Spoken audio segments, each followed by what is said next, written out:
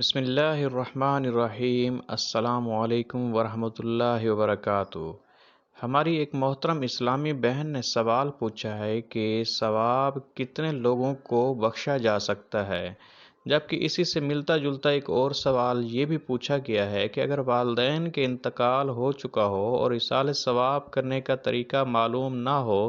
تو ایصال ثواب کرنے کا درست طریقہ کیا ہوگا۔ اس کے ساتھ ہی ساتھ یہ بھی سوال پوچھا گیا تھا کہ اگر نوافل نماز کی نیت تو اللہ کے واسطے کر کے پڑھیں، لیکن اس کے بعد کیا ان نوافل کا ثواب اپنے مرحوم والدین کی روح کو پہنچایا جا سکتا ہے یا نہیں۔ ناظرین محترم، ایصال ثواب کے حوالے سے انتہائی اہم سوالات ہیں اور اس ویڈیو میں انہی سوالات کے جوابات فراہم کیے جائیں گے، لہٰذا ویڈیو پوری دیکھیں، اور اگر آپ نے ابھی تک چینل کو سبسکرائب نہیں کیا تو ابھی سبسکرائب کر لیں، جزاک اللہ۔ ناظرین محترم، دیکھیں کہ سب سے پہلا سوال تو یہ ہے کہ رمضان المبارک میں پڑھا جانے والا قرآن پاک کتنے لوگوں کو بخشا جا سکتا ہے۔ جان لیجیے کہ رمضان المبارک میں جو قرآن پاک ختم کیا جاتا ہے یا پھر قرآن پاک کی جتنی بھی تلاوت کی جاتی ہے، یعنی 1 پارہ 10 پارے یا جتنے بھی آپ نے پارے پڑھے ہیں، ان کا ثواب کتنے لوگوں کو اس سال کیا جا سکتا ہے۔ آپ نے مکمل قرآن پاک ختم کیا ہے یا پھر اس کے چند پارے تلاوت کیے ہیں، تو جان لیجیے کہ رمضان کے علاوہ بھی اور رمضان المبارک کے مقدس مہینے میں بھی جتنا بھی قرآن پاک آپ نے پڑھا ہے، آپ چاہیں تو پوری امت مسلمہ کو اس کا ثواب پہنچا سکتے ہیں۔ اس میں کوئی حرج اور کوئی مسئلہ نہیں ہے، جبکہ اس حوالے سے بعض لوگوں کا یہ خیال ہوتا ہے کہ شاید ہم اس ایصال ثواب کو صرف چند مخصوص لوگوں تک بھی پہنچا سکتے ہیں، یعنی میں نے اپنے دادا کے لیے یا نانا کے لیے پڑھا یا اپنی والدہ یا والد کے لیے پڑھا ہے وغیرہ وغیرہ۔ یاد رکھیں کہ یہ عقیدہ بالکل درست نہیں ہے،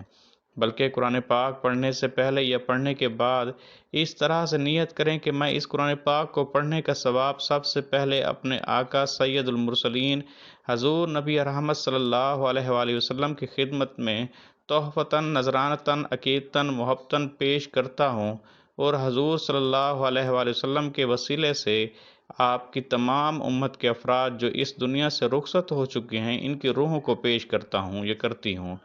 اے اللہ پاک، قبول و منظور فرما، آمین یا رب العالمین۔ بالکل اسی طرح سے اگر آپ اپنے کسی خاص عزیز و اقارب کو اس کا ثواب پیش کرنا چاہتے ہیں تو یعنی کہ جتنے بھی لوگوں کو بخشنا چاہتی ہیں بخش سکتے ہیں۔ جان لیجیے کہ اس میں کوئی صداقت نہیں ہے کہ آپ صرف اپنے مخصوص لوگوں کو ہی اس کا ثواب ایصال کر سکتے ہیں، جبکہ دوسروں کو نہیں کر سکتے۔ علماء کرام یہ فرماتے ہیں کہ آپ جتنے زیادہ لوگوں کو بھی ایصال کریں گے، کبھی امید اور یقین ہے کہ اللہ رب العالمین ان سب کو برابر برابر ثواب مرحمت فرمائیں گے،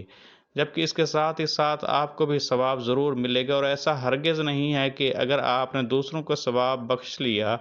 تو آپ کو اس کا ثواب نہیں ملے گا یا آپ کے ثواب میں کوئی کمی آ جائے گی، تو ایسا بالکل بھی نہیں ہے، بلکہ آپ کو بھی پورا پورا ثواب ملے گا، اور پوری امت کے وہ افراد جو اس دنیا سے رخصت ہو چکے ہیں، اللہ رب العزت اپنی شایان شان ان کو بھی برابر ثواب عطا فرمائے گا۔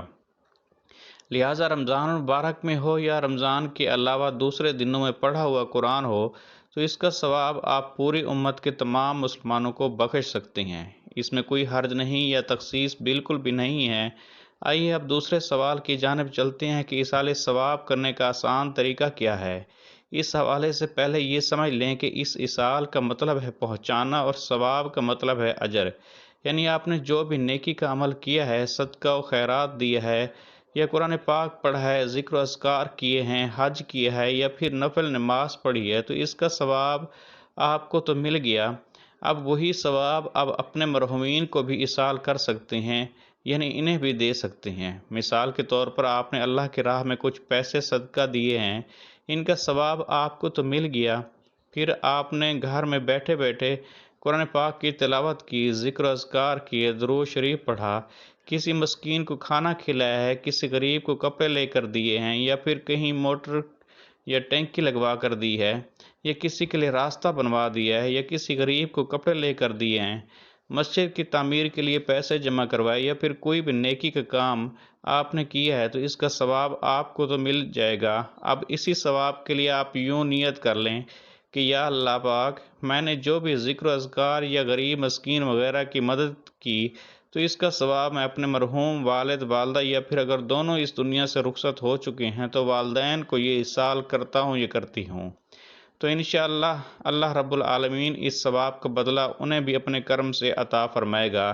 اسی طرح سے اگر کوئی چیز صدقہ کی ہے تو اس کا ثواب اپنے مرحوم والدین عزیز و اقارب یا پھر نبی رحمت صلی اللہ علیہ وآلہ وسلم کے جتنے بھی امت اس دنیا سے رخصت ہو چکی ہے تمام کی روحوں کو بخشتا ہوں یا بخشتی ہوں۔ اور جان لیجئے کہ آپ کے لیے نیکیوں کا ثواب مرحومین کی روحوں کو بھیجنے کی نیت کر لینا ہی کافی ہے۔ لہٰذا ایصال ثواب کا طریقہ یہی ہے کہ جب بھی کوئی نیک عمل کرے تو نیت کر لے کہ میں اس کا ثواب فلاں فلاں مرحومین کو پیش کرتا ہوں یا کرتی ہوں، تو ان کو اس کا ثواب مل جائے گا۔ آئیے اب تیسرے سوال کی جانب چلتے ہیں کہ کیا نفل نماز کا ثواب اپنے مرحومین کو بخشا جا سکتا ہے یا نہیں؟ تو یاد رکھیے کہ جب بھی نفل اعمال ہیں، یعنی نفل نماز ہے، نفلی روزہ ہے،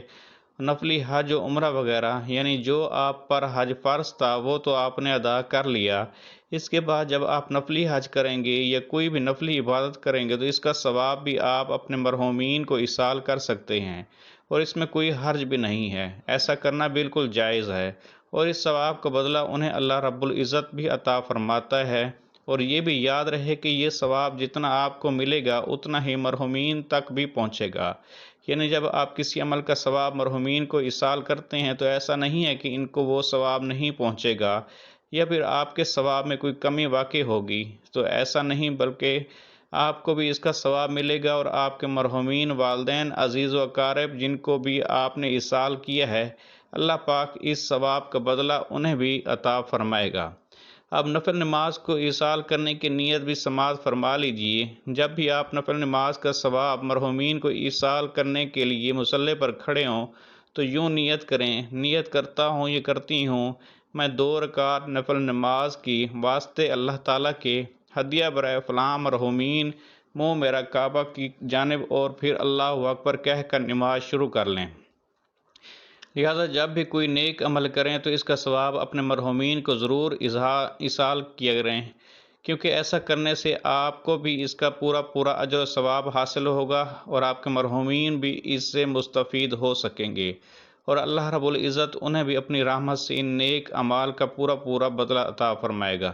کوشش کریں کہ جب بھی ایصال ثواب کریں تو نبی رحمت صلی اللہ علیہ وآلہ وسلم کی پوری امت کے لیے ایصال کریں، اور اس کی بہت بڑی فضیلت علماء کرام نے بیان کی ہے۔ یہ واقعہ اس طرح ہے کہ جب نبی کریم صلی اللہ علیہ وآلہ وسلم معراج پر تشریف لے کر گئے تو کئی انبیاء کرام سے ملاقات بھی فرمائی۔